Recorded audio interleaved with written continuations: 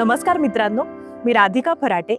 आयएजी भारत प्रस्तुत शेतकरी कट्टावर तुमचं स्वागत करते. मित्रांनो, मागच्या भागापासून आपण एक छोटीशी सिरीज सुरू केली आहे, फळबाग विशेष. त्या भागात आपण छाटणीविषयी ऐकलं. आज आपण पाहणार आहोत त्यांचं रोग व्यवस्थापन कसं करावं ते. आजच्या भागात आपण फळबागांमधल्या 2 प्रमुख पिकांविषयी बोलणार आहोत, डाळिंब आणि द्राक्ष. ही पिकं बाजारात उत्तम दर देतात, पण जर यांचं रोग कीड व्यवस्थापन व्यवस्थित झालं नाही तर मोठं नुकसान होऊ शकतं.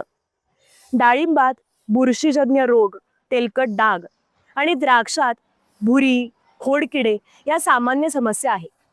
यासाठीचं पहिलं पाऊल म्हणजे नियमित लक्ष देणं. जर तुम्ही झाडांची व्यवस्थित नियमित तपासणी केली तर सुरुवातीच्या टप्प्यातच रोग, कीड ओळखता येतात आणि त्या अनुषंगाने उपाय करता येतात.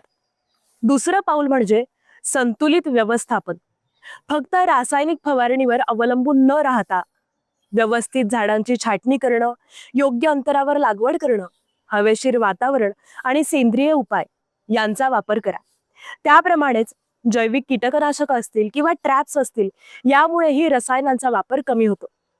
लक्षात ठेवा, रोग किंवा कीड व्यवस्थापन करणं म्हणजे फक्त औषधं मारणं असं नाहीये, तर ते संपूर्ण बागेचं शिस्तबद्ध व्यवस्थापन आहे. मी आशा करते की हा व्हिडिओ तुम्हाला नक्कीच महत्त्वाचा वाटला असेल, तुम्हाला माहिती मिळाली असेल. असेच आपल्या आयएजी भारतचे व्हिडिओज पाहत राहा. त्यासाठी आपल्या इंस्टाग्राम आणि फेसबुक पेजला फॉलो करा, यूट्यूब चॅनलला सबस्क्राईब करा. भेटूयात नवीन व्हिडिओमध्ये या सिरीजच्या पुढच्या भागात.